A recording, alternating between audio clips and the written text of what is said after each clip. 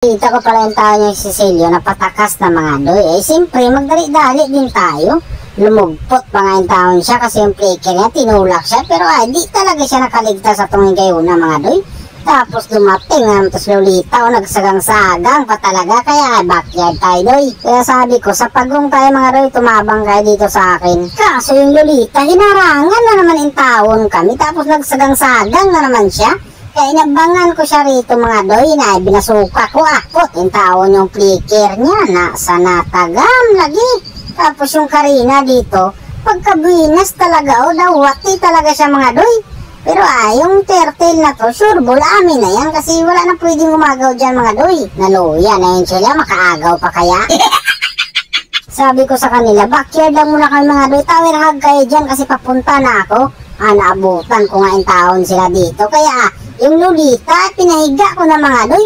Pero napakabuinas ko talaga Hindi nila ko kayang bigyan. Bakit naman yung taon ganun? Tapos dito, pagong na naman yung binanata namin mga doy. Tapos andito na naman yung Lolita. Ay akala siguro niya makakuntis pa siya dyan wala kayong core. O bakit ka sumutig di malagan ngayon? Tapos kakarating lang yung taon ng Karina. Sumukul pa siya. Ay wala git siya naimo mga doy. Tapos yung Claude dito nag-ultimate, nag-ultimate lang talaga. Sa totoo lang, balik mo sika. Kasi yung ultimate niya, sa hangin lang yung tao napunta mga doy.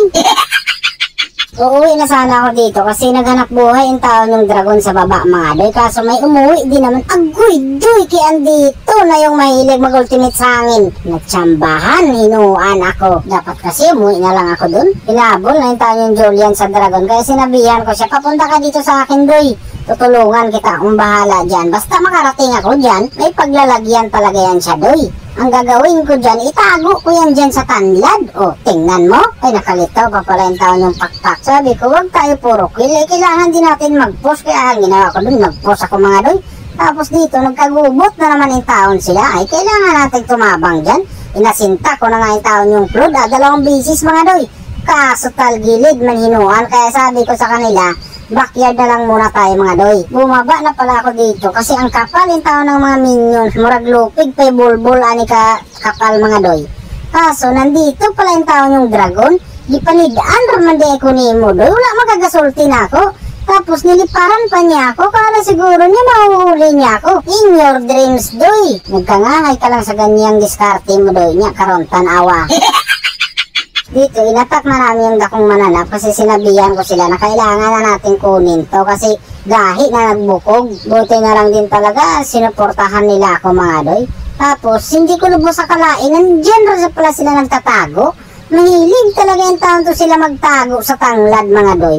Gaya-gaya, mandiay niya, walay nahimo. Dito, nagpaputok pala yung taon sila ng fireworks kaya nakita ako dito mga doy. Tapos biglang litaw yung tao ng Claude. Sus, Mariosep ka doy, hindi mo alam, mayroon akong light jacket niya karon. Tanawa, kung magpakalit ka, siguraduhin mo talaga. Para malaman mo lang doy, Boy Scout ito, laging handa. Sus, Mariosep, paano yan? Yung mananap namin, andyan pa. Ay, wala na kayo laing mabuhat dyan ha. Tanggapin nyo na lang talaga yung masakit na katotohanan na mas marami yung dipit kaysa win streak.